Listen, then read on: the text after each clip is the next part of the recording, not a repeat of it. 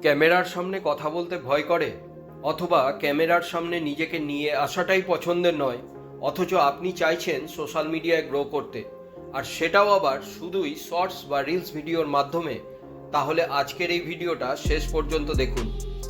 আমি আপনাকে এমন 3টে আইডিয়া বা টপিক সম্পর্কে বলবো যেগুলোর ওপর ভিত্তি করে আপনি যদি একটা ফেসলেস চ্যানেলও শুরু করেন 2026-এ কিন্তু আপনি ডেফিনেটলি গ্রো করতে পারবেন। প্রথম আইডিয়া, মাইক্রো লার্নিং শর্টস। মানে প্রতিদিন আপনি 20 থেকে 30 সেকেন্ডে একটা ছোট্ট স্কিল শেখান। যেমন এই এক্সাম্পল ভিডিওটা দেখুন। একটা ভিজুয়াল, যেটা অবশ্যই কপিরাইট ফ্রি হতে হবে, এবং আপনার মোবাইলের ভয়েস রেকর্ডার অন করে একটা ভয়েস ওভার অ্যাড করুন। এইভাবে আপনি কিন্তু ছোট ছোট স্পিকিং কোর্স শেখাতে পারেন, কারণ মানুষ এখন 10 মিনিটের ভিডিও দেখার আগে 30 সেকেন্ডেই সেটা শিখতে চায়। দ্বিতীয় idea, facts plus visual loop shorts.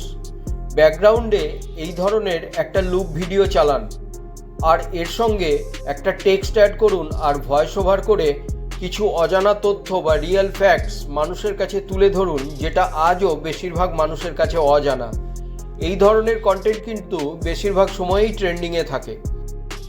তৃতীয় idea, text story telling shorts. ভাই, এই ধরনের কন্টেন্ট তো সোশ্যাল মিডিয়াতে প্রচুর ভিউ জেনারেট করে।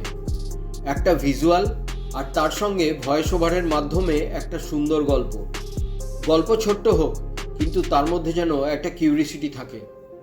তৈরি করে দেখুন, আপনার শর্টসই মানুষ প্রচুর পরিমাণে দেখবেন এবং ডেফিনেটলি আপনার চ্যানেল গ্রো করবে।